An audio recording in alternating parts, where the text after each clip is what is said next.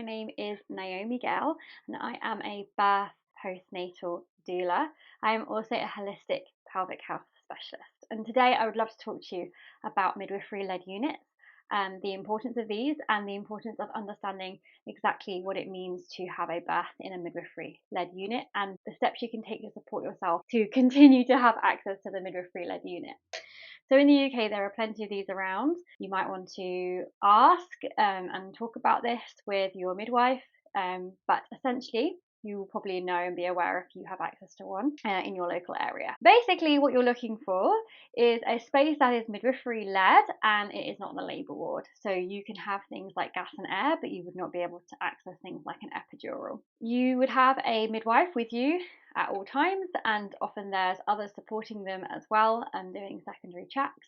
So you have this really more of a luxurious space than what often exists within the labour ward. The challenge we have is that to be able to have access to a midwifery-led unit, you have to have the perfect birth. There can be nothing that can be flagged with your birth that would prevent access to the midwifery-led unit. There are a few things that we have to bear in mind, that more and more it's becoming challenging to access the midwifery-led unit. I'm going to use examples based on the area that I live in. So I live in Margate, UK, and the access to the QEQM St Peters Midwifery-led unit is so small, it does pose a lot of questions. So I'm not going to go into what we can see is happening specifically within my local QEQM unit, but we can definitely reel off a couple of stats. So let's look at the stats overall. It seems to be that there's a 4% access to the midwifery-led unit here. That's based on 2023 into 2024 stats. Last month, for example, we're talking 2024, we are in April, so it was March. There were 11 births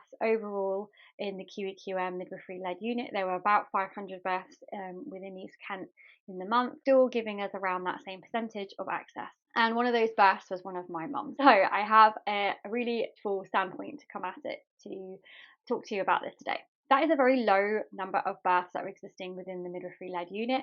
Home births are even less, especially in this area, and we have to look at and pose the question why. And I'd love to give some really tangible, supportive steps that you can take to really support with your access to the midwifery-led unit from a doula's perspective, bearing in mind. The one thing that you have to really ensure is that your birth is not flagged in any which way, shape or form. Now this seems pretty easy breezy if you're having a singleton pregnancy and there have been no issues up until this point. So you're watching this and you're in your late 30s weeks of pregnancy and you're like, well, that's been great, I've had no issues. So what we really want to be aware of is that the NICE guidelines, the NICE guidelines, state that anyone who has had a pregnancy that has been easy breezy should not be offered any further scans after 28 weeks.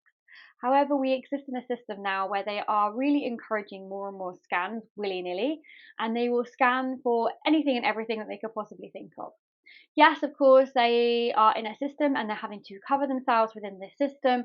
The system is very much a very challenging space to be in. I am aware that it is more challenging perhaps than it has been in the past, and I think we have to just bear this in mind because more and more are being flagged as high risk pregnancies when they don't need to be. We have to look at why that is, and we probably would look at the fact that they're being deemed high risk unnecessarily in order to encourage women into the birth, not the birth centre, the midwifery-led centre, but into the labour ward so that they can be essentially monitored to a higher level. Is it creating a safer birth environment to monitor women at this level?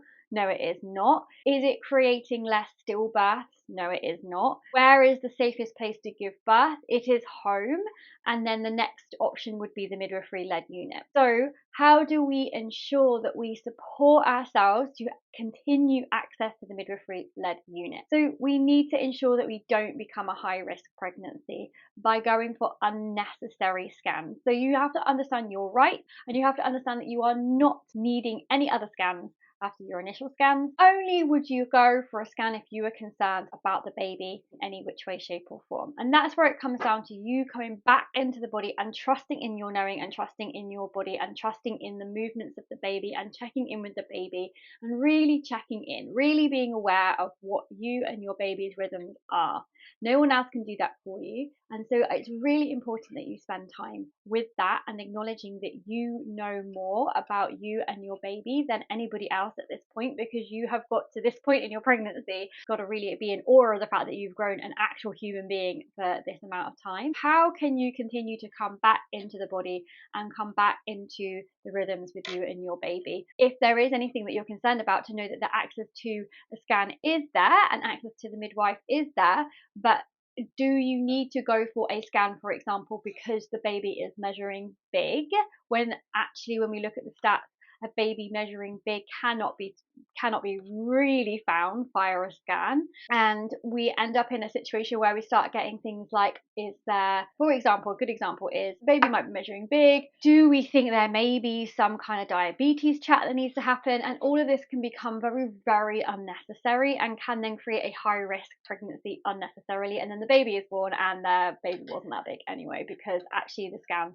is not accurate enough, and neither is the blood sugar levels check good enough. We really have to be aware that we have to protect our bubbles towards the end of our pregnancy. So for example, you could check in with the baby's positioning for yourself by palpating and using spinning babies and having that really gorgeous time together to check where the baby is, so that you don't end up in an unnecessary scan. A baby can be born breech, and the baby can spin at any time. But if the baby is found to be breached before you go into a midwifery-led unit, well, you're unlikely to be able to go into a midwifery-led unit. So there's loads of things to consider, and that's just like a little glimpse into it. So how can you protect yourself and protect your bubble and ensure that you continue with that access? The second thing is to really make it clear that that is what you would like for your birth from the beginning with your midwife. You can even send an email to the head midwife of the midwifery-led unit, and to really ask and really maintain your standpoint on wanting a midwifery-led unit birth.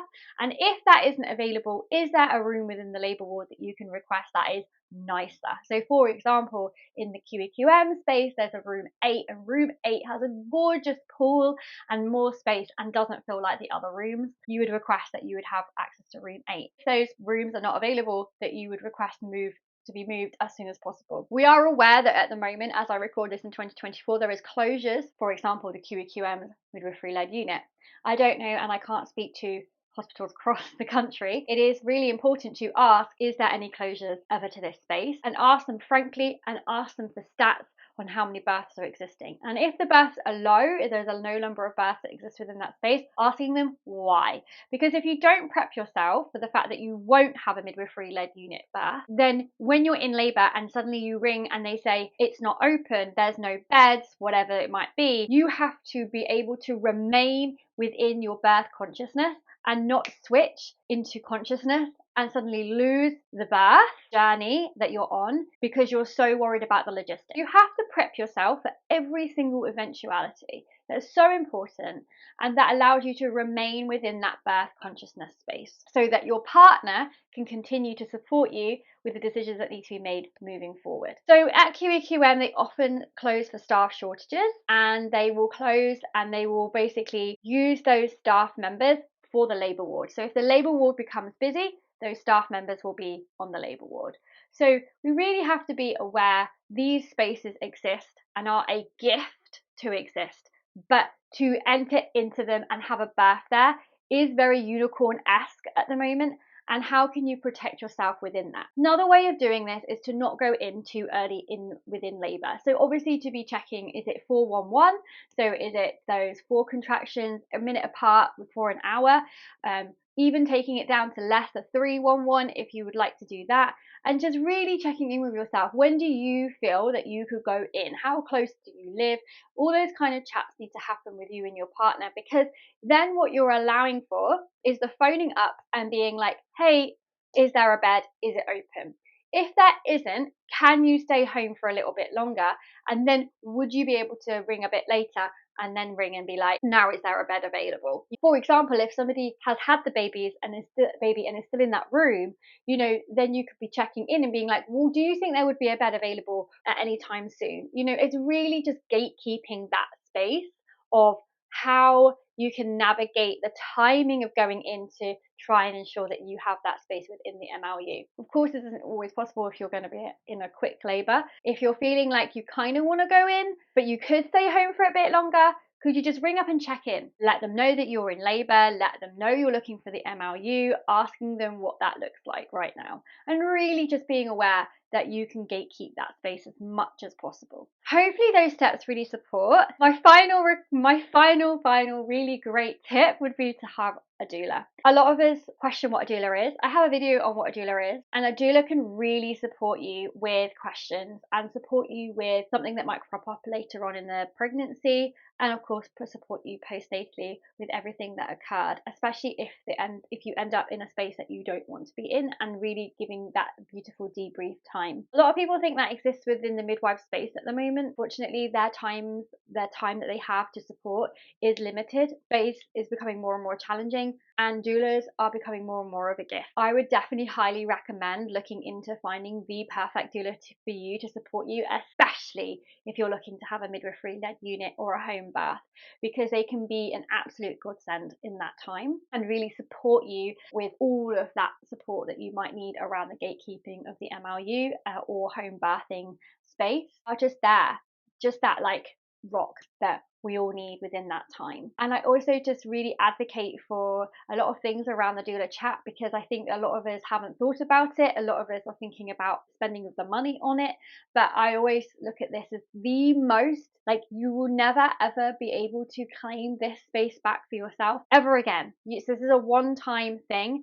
and based on my holistic pelvic care that I do, that side of my work, what I see is a lot of birth trauma because they haven't been supported in a way that they need to be supported, in a way that the system is unable to support at the moment, unless you really are in that, very minor percentage of support, so where you get like a really beautiful space. I would really, really allow for yourself to consider what this means for you and what that looks like, and how you could really advocate for yourself to fully receive from this space that you really deserve to receive from.